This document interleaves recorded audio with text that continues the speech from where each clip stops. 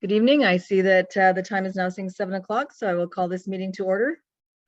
Good evening, councillors, staff, the press, and online viewers.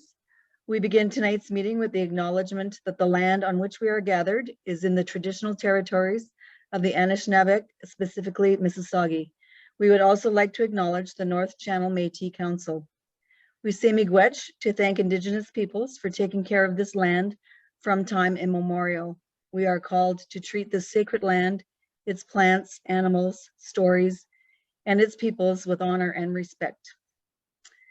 Prior to this evening's agenda, I would like to ask each councillor who is present via the video conferencing to ask the roll call when I call your name. Mayor Hagman and Councillor Roy send their regrets for this evening's meeting. Councillor Betty Ann Dunbar, sorry. Good evening. Present. Councillor Jim Dunbar. Good evening, Deputy Mayor Summers. I'm present. Councillor Stephen Wells. Present. And Councillor Jennifer Pastorero. Present.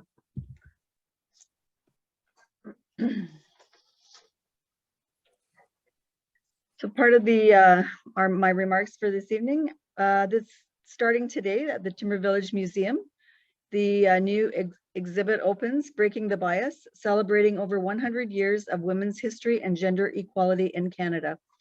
Throughout the month of March, they will be collecting donations of feminine hygiene products as part of an initiative organized by École Jeunesse Nord student Bailey Mitchell. Please consider bringing a new sealed package of feminine products with you when you visit the new exhibit.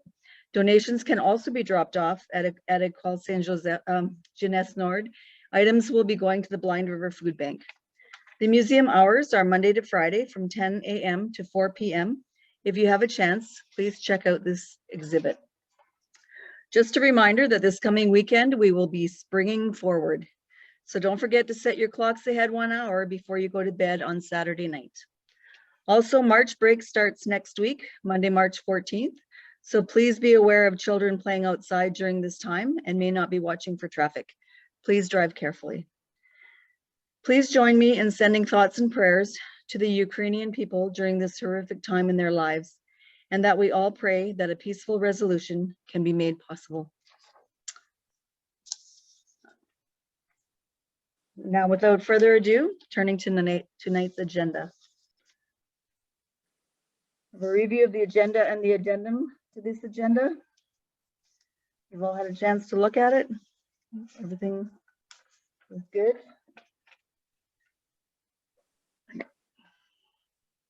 Can I have a mover and a seconder, please? So Councillor Pastorero and seconded by Councillor Betty Ann Dunbar. Be it resolved that council approve the agenda and the closed meeting agenda as presented. All in favor? And that's carried.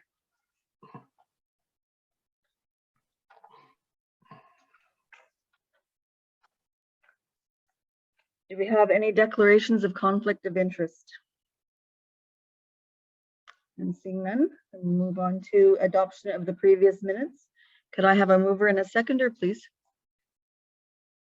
Moved by Councillor B.A. Dunbar and seconded by Councillor J. Dunbar. Be it resolved that council adopt the minutes of the regular council meeting of February 22nd, 2022 as presented. All in favor? And that's carried.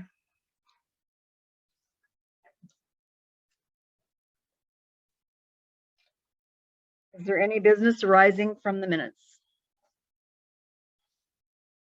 And seeing none, we can move on to public presentations, and there are none. So moving to number 9, introduction and consideration of administrative reports. 9.1, administration ongoing projects updates. Are there any questions, comments about these reports? Seeing none, we'll move on to 9.2 from the treasurer regarding the town hall generator. Comments, questions regarding this item? Councillor J. Dunbar. Thank you, Deputy Mayor Summers. Yeah, my question is, has the possible generator that we're looking at, will it be mobile in case we wind up, you know, in a year or two, moving places? Like, is this generator able to pack up and move to where a new home may be for it? Ms. Dent? Oh, Ms. Scott has her hand up, sorry.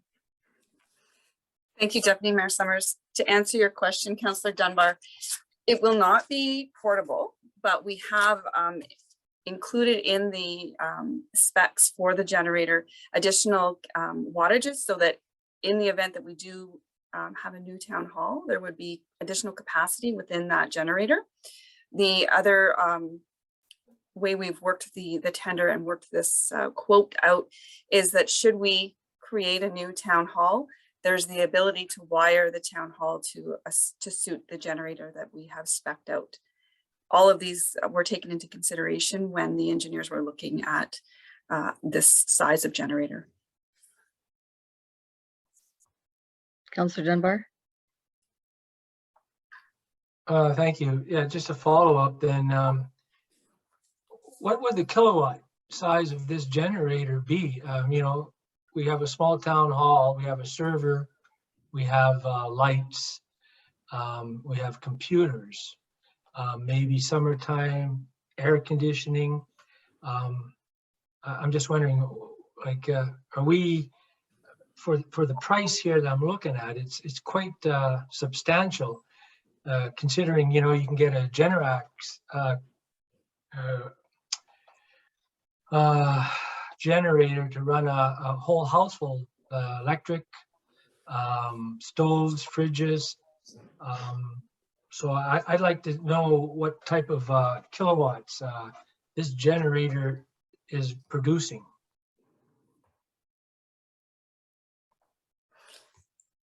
So Ms. Dent has the quote in front of her. I don't think I have it there in front of me, Ms. Dent. So if you could answer the kilowatts, Absolutely. but that all was taken into consideration when the engineers spec'd this generator. But I will leave it to Ms. Dent to comment on the kilowatts. Thank you, Ms. Scott. I do believe the report was attached from Net Energy Systems, but it does indicate that it's a 75 kilowatt, 240 volt, one phase generator.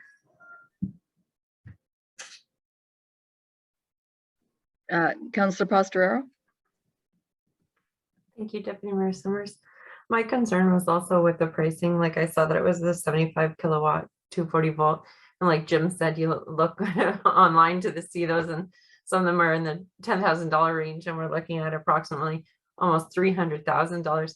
But I know it's for municipal, so it's grander than the ones you can get at Canadian Tire. But my problem is with the report, it's stating that the price and delivery is not guaranteed. And I'm looking at the price of the automatic transfer switches and the subsequent items that we're going to look at for the water wells. The exact same switch is 10 grand, whereas in this report for the building, it's 25 grand. I'm just wondering why the price differential on the exact same item in the report. So I do feel the price is quite high. I'm glad to hear from CAO Scott that we will be able to use it should we get a new town hall. It's a huge chunk of change and investment, and I understand it's important. I'm just wondering, sorry, now I'm starting to droop. Other question would be is for that price, would it not be more frugal right now to install it, say, for example, at the community center for an operation command center? Because we know that we're going to have that building. So there's two kind of questions. Why the price differential, and why can't we install it at the community center? So I think I saw Ms. Dent's hand up first, probably talking about the money. So I'll let Ms. Dent start. And then we'll go to Ms. Scott. I believe what Ms. Scott was going to say is there is already a generator at the community center. So because that is our emergency backup for the townsfolk. So if people need to evacuate, that's where they're going to go. So that facility already has a generator. We're looking at the generator for Town Hall because we are the emergency operations center. As far as the transfer switch price differential, I'm going to suggest that it's perhaps because the generators for the sewage pump stations are smaller. They are 30 and yeah, I think they're 30 kilowatt generators as opposed to a 75. So there is definitely going to be a price differential on the other components that go along with that. And it's not just the generator in this price. There's the installation, there's a new concrete pad and fencing, commissioning permits.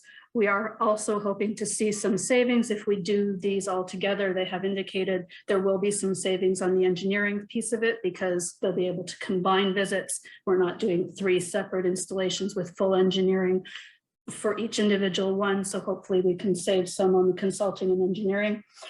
And all of these prices do also have a 10% contingency included in them. So fingers crossed, we won't need all of that contingency money. Okay. And Ms. Scott, did you have anything to add to that? I believe Ms. Dent has answered all of the questions that I was going to answer. Just wanted to reiterate that we need to keep, during an emergency, the community center and the town hall completely separate. We cannot be operating out of an evacuation center. So we need to be separate from the evac center. Thank you. Councillor Pastorero? Thank you, sorry. And so just to follow up, the other concern I had with it is that it wasn't a guaranteed pricing and they can't guarantee delivery with quote unquote pandemic times. I'm just wondering what happens should prices skyrocket because we're taking this out of the facilities reserve. What happens if it goes way over budget? Should they deem the prices need to go up? Ms. Dent? Yeah, I would imagine once we get a firm price, if it is well above budget, we will bring it back to council for a final decision. But assuming that we come within these pricings, we would go ahead. Anything over and above that, we would need to come back. This is an unbudgeted item, so it would need to come back for council's further approval if the pricing was out of this world ridiculous. Yes. Okay. Oh, Councillor Pastorero? I promise you one last question. So just for clarification, Ms. Dent, you were saying because each one of them, along with all the breakdown of the pricing, each one of them comes with a $16,000 engineering price tag. So you were saying that's not the case, that we're going to work out a deal for some kind of consolidated engineering price?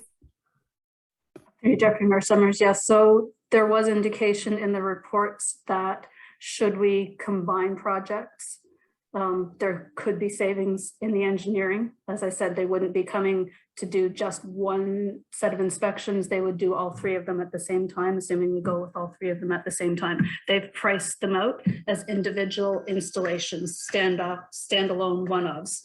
Right. But if we can combine the projects, same as with any of our other engineering projects, when they come to town, they're doing multiple projects at once, so it brings our overall cost down. Thus, this would be the upper limit of the engineering costs for each generator.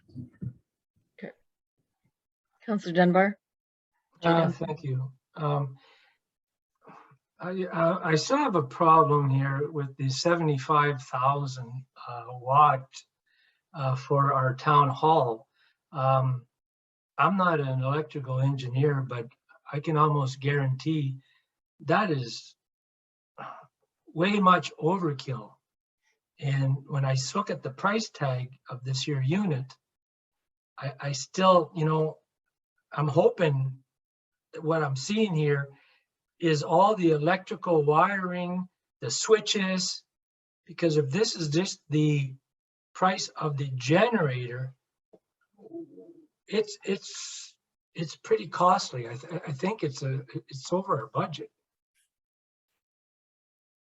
Ms. Scott? Thank you, Deputy Mayor Summers. This was very close to the price we had received before from a different engineering firm. We have to keep in mind that we have a 100 amp service in this facility alone. We have 2 air conditioning units. We have 2 heating units based on the configuration of this current building. So there is a lot to power up here. That's what's taken into consideration for this unit. So it has been looked at. In speaking with other facilities within the community that also operate, we're right around the same price that they paid for a generator. This isn't a Generac that you can hook up to your home. We would not be able to operate with that type of generator. This is completely different. We also have different regulations that we must meet and different permitting that we must meet that would be different than from your home. So those are some of the costs that would attribute to the higher pricing that we have received. Okay, and if my follow-up is this the finished product, $291,000? Is that curtail everything that I asked? You know, This would be the finished switching. product with the pad mount and the fencing and the switching and the engineering and all of the wiring that will be required, because we do have older wiring within the building as well that we will have to take a look at. So these are all encompassing of what the entire project would be. Ms. Dent? Yes, sir, through Deputy Mayor Summers. Yeah, the generator itself is $120,000. The rest of that price is all of the other stuff that needs to happen in order for it to be hooked up and installed and tested. And like I said, there's a concrete pad, there's fencing to go around it. All of the electrical permits, all of that stuff. So this is all in everything that we need to get it installed and running, As well as the 10% contingency, correct? including 10% contingency and full $16,000 for engineering. Okay, very good. And Councillor Pastorero? I lied, I said it was the last, but so just for the sake, thank you, Deputy Mayor Summers, just for the sake of Councillor Jay Dunbar and the viewers, if they're searching for it, it's just in the attachments under number 2 is the complete breakdown, which goes item by item of the costs that are associated with it. I guess the only solace in the sticker shock is that it's a somewhat local company out of Sault Ste. Marie that will be benefiting from it. So obviously it's needed and it's a non-budgeted item. So if we have the money in the reserves, then I say then we go with that. Okay. And if I could have a mover and a seconder, please. Councillor Pastorero. And Councillor Wells. So moved by Councillor Pastorero, second by Councillor Wells. Be it resolved that council approve the installation of the generator at Town Hall in the amount of $291,000 plus HST based on the report from Met Energy and Systems, and that the project be funded from the facilities reserve. All in favor? And that's carried. Thank you.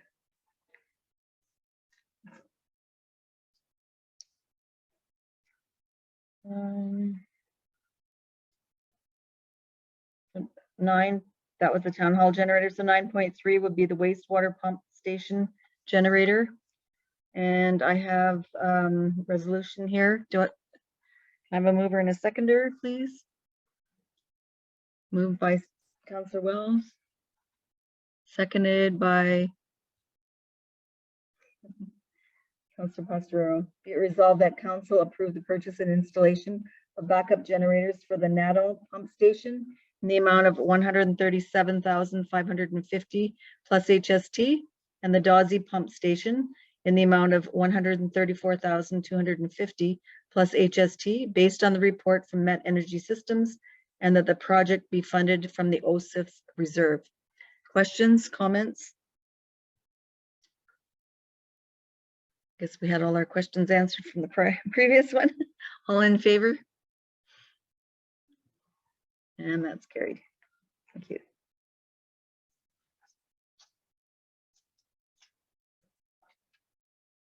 Okay, so we're on to service delivery status.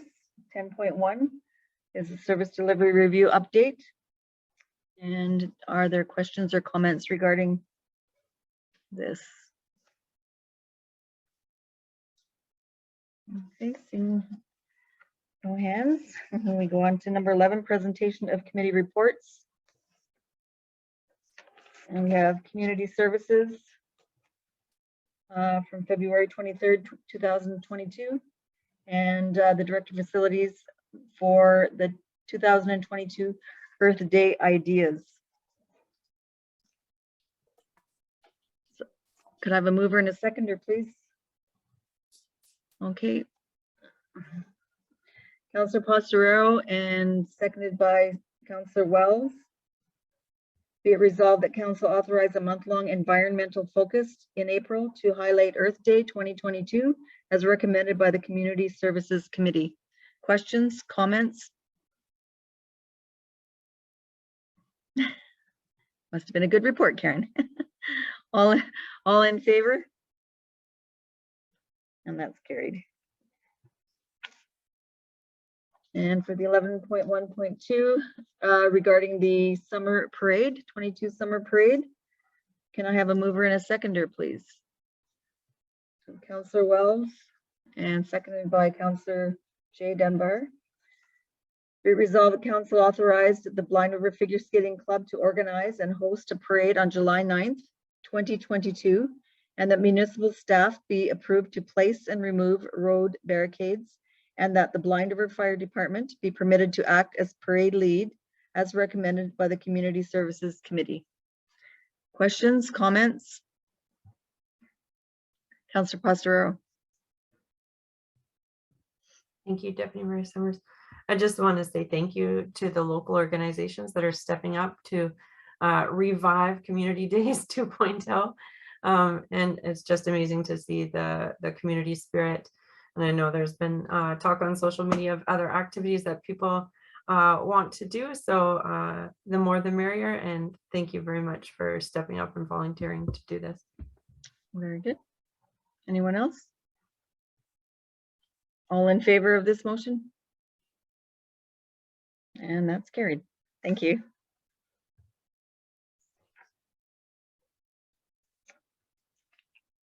(11.2) from the corporate services. We have 11.2.1, the CAO clerk, read the moonlighting policy. Can I have a mover and a seconder, please? Councillor Wells, moved by Councillor Wells, seconded by Councillor Jay Dunbar. Be it resolved that council adopt the moonlighting policy as recommended by the Corporate Services Committee. Questions, comments? Councillor Pastorero.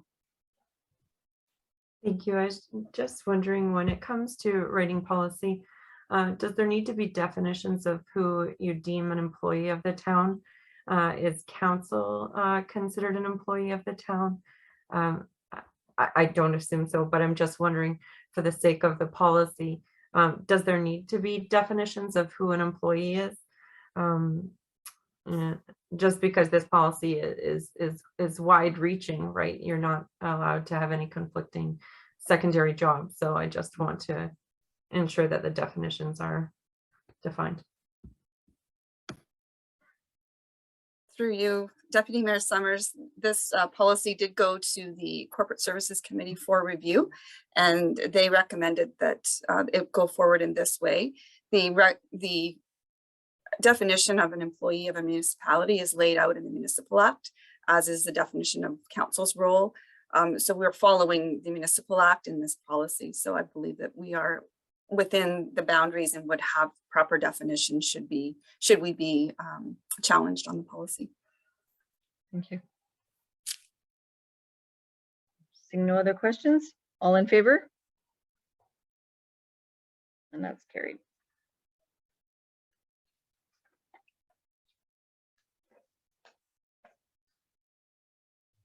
And from the Director of Facilities and Community Services, we have the regarding the charitable donations. Have a mover and a seconder, please. Councillor Wells. Moved by Councillor Wells and seconded by Councillor Betty Ann Dunbar. Be it resolved that council adopt the charitable donations policy as presented and as recommended by the Community Services Committee, and that staff be directed to create programming and parameters in regards to donations and local enhancements. Questions, comments? Wow. Easy bunch tonight. All in favor? And that's carried.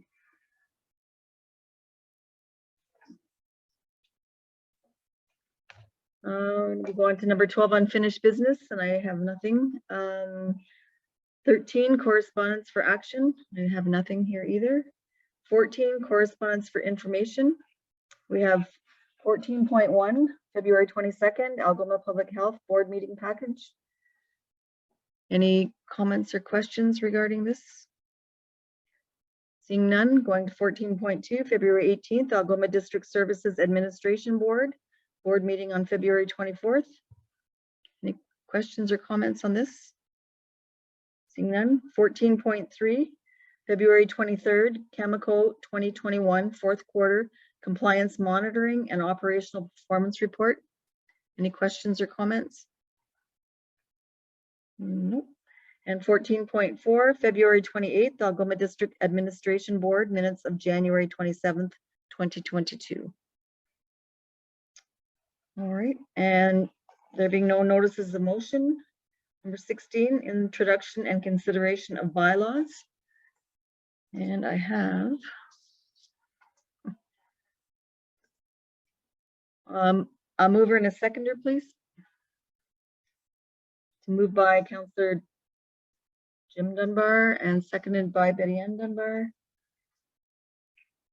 Be it resolved that council authorize the mayor and CAO clerk to sign bylaw number 22-22, being a bylaw of the corporation of the town of Blind River to enter into an agreement with 4S Occupational Health and Safety Advisory for a safety management full system, was passed in open council the 7th day of March 2022. Any questions or comments on this? None. All in favor? And that's carried.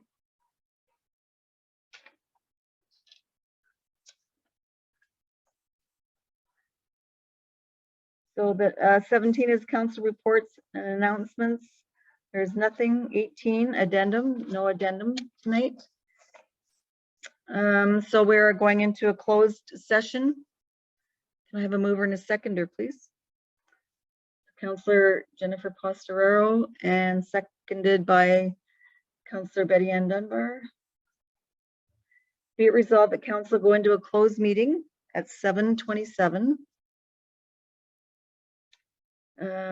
With section 239 of the Municipal Act in order to address matters pertaining to personal matters about an identifiable individual, including municipal or local board employees, and proposed or pending acquisition or disposition of land by a municipality or local board. All in favor? And that's carried. And we will now go into closed and we'll see you after the closed session. Thank you.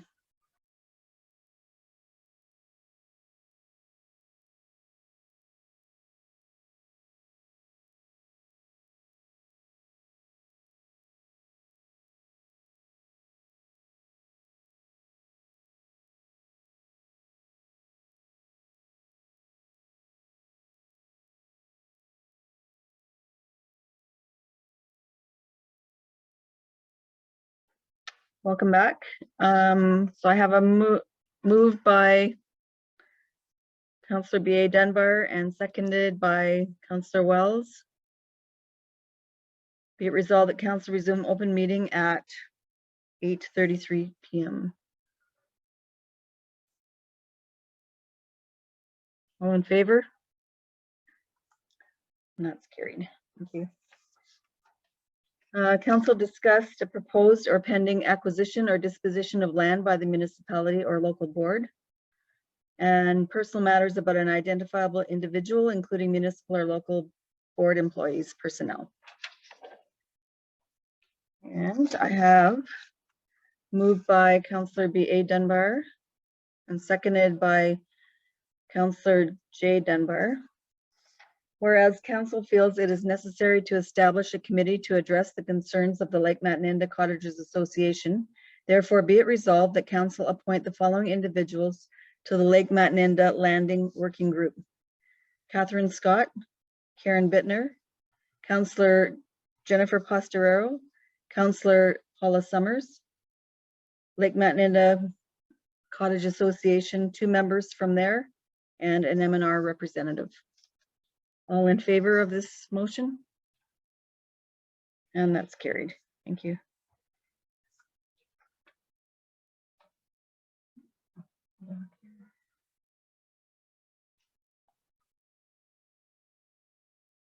Then we have confirming bylaw moved by Counselor Jay Dunbar, seconded by Counselor Jennifer Pastorero. Be it resolved that council authorize the mayor and CAO clerk to sign bylaw number 22-23, being a bylaw of the corporation of the town of Blind River, to adopt the minutes of the meeting of March 7th, 2022, was passed in open council this 7th day of March, 2022. All in favor? And that's carried. Thank you. And finally, we have moved by Counselor Wells and seconded by Counselor Jay Dunbar. Be it resolved that council adjourn the meeting at 8:35 p.m. All in favor? And that's carried. Thank you very much and have a good night. See you in 2 weeks.